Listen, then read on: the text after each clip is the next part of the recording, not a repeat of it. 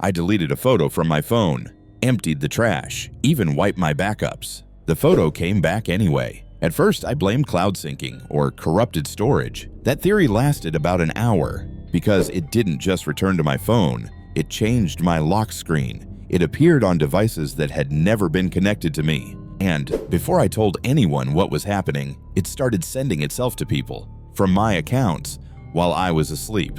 This is the full account of what happened after I took a picture I wasn't meant to take.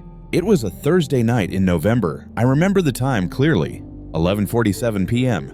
I checked my phone because my hands were shaking and I needed something ordinary to focus on. I was alone in my apartment, not the calm kind of alone, but the kind where the silence feels heavy, like the walls are listening. I hadn't planned to do anything that night. I was just waiting to feel tired enough to sleep. At some point, without really thinking about it, I walked over to the window. Across the street was another apartment building. Old, unremarkable, the kind you stop noticing once you've lived somewhere long enough. Most of its windows were dark. One wasn't.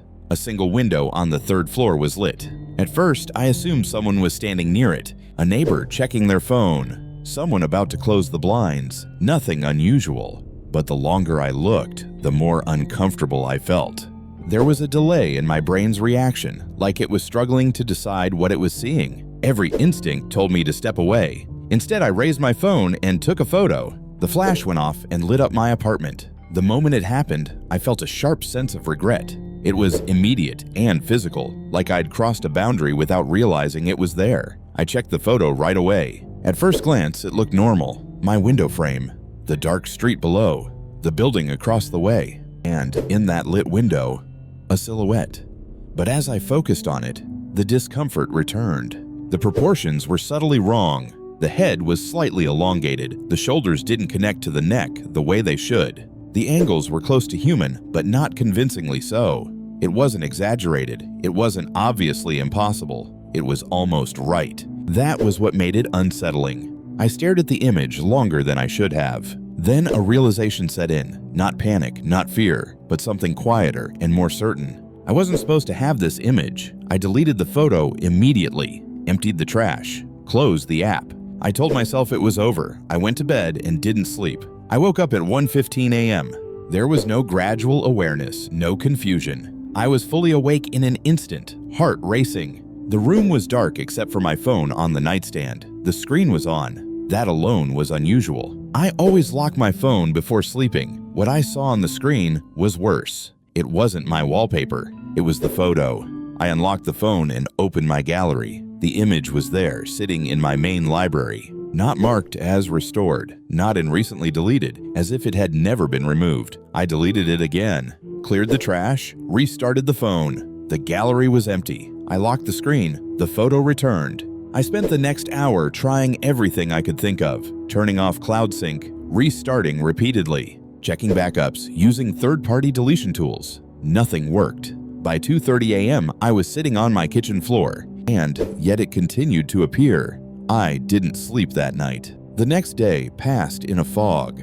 I went to work, spoke to people, answered messages. Everything felt distant, like I was watching myself from somewhere else. I didn't tell anyone. I had no explanation that sounded reasonable. That night, the photo was still there. I stopped trying to delete it. Saturday morning, I woke up to a message from someone I hadn't spoken to in years. She asked why I had sent her a disturbing image in the middle of the night. Attached was the photo. I called her immediately and insisted I hadn't sent anything. She told me it came from my account, time-stamped around 3 a.m. She had already deleted it. Over the course of the day, more messages came in. Friends, an ex-partner, a coworker. Each had received the image overnight. Each said it came from me. None of the messages appeared in my sent history. By the end of the day, 17 people had received the photo. I changed passwords, checked security logs, looked for signs of intrusion. Everything appeared normal. The image was spreading without my involvement. About a week later, the photo began to change. The difference was subtle at first, but I had taken screenshots for documentation, and when I compared them, the progression was clear. The figure in the window was becoming more defined. The image wasn't degrading or glitching, it was sharpening. The facial structure became clearer. The suggestion of eyes and a mouth emerged, but the more detail there was, the more unsettling it became. The features existed, but their placement was wrong. The image was improving in a way that felt intentional. I stopped staying in my apartment and went to my parents' house. I offered vague explanations. They didn't press. The photo followed me. It appeared on devices that had never been synced, in documents I hadn't edited, embedded in files where it had no logical reason to exist. My mother noticed it once and asked about it. I took the device from her without answering. That night, I tried printing the image. The printer produced several pages of solid black ink. Then, without explanation, one final page printed the photo perfectly. I studied it closely. There was a sensation, not imagined, not metaphorical, that the eyes in the image were aware of my attention. The figure's posture shifted slightly, as though reacting to being observed. I disposed of the print immediately. By the third week, I accepted that the image was not behaving like data. It appeared in spreadsheets, in a video game menu, attached to legitimate emails. I documented every instance carefully. Then I found a note on my phone that I had not written. It read, "I'm getting closer." The timestamp matched the night the image first began spreading to others. I showed a single example to a therapist. She did not have an explanation. In the fourth week, I made a decision I regret. I addressed the image directly. I asked why it had chosen me. There was no immediate response. That same night, the image appeared on an old phone I hadn't powered on in years. The screen was lit. The figure was closer than ever. I heard a sound, strained and wet, like breath forced through water. The phone slipped from my hands and hit the floor. The screen cracked. The image fractured, but beneath the glass, the figure continued to move. In panic, I performed a complete factory reset. When the device restarted, the figure appeared on the setup screen. It was smiling. After 6 months have passed since then, the image eventually disappeared from all devices, from backups, from other people's phones. I should have felt relief. Instead, I remained cautious. Occasionally, new photos appear in my gallery, photos I do not remember taking, always at night, always of my window, from outside.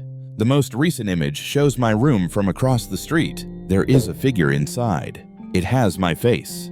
If a photo ever appears on your device that you don't remember taking, examine it carefully. And if something about it feels wrong, if it exists just outside the boundaries of what makes sense, do not assume deletion will solve the problem. Removing it does not erase it, it teaches it.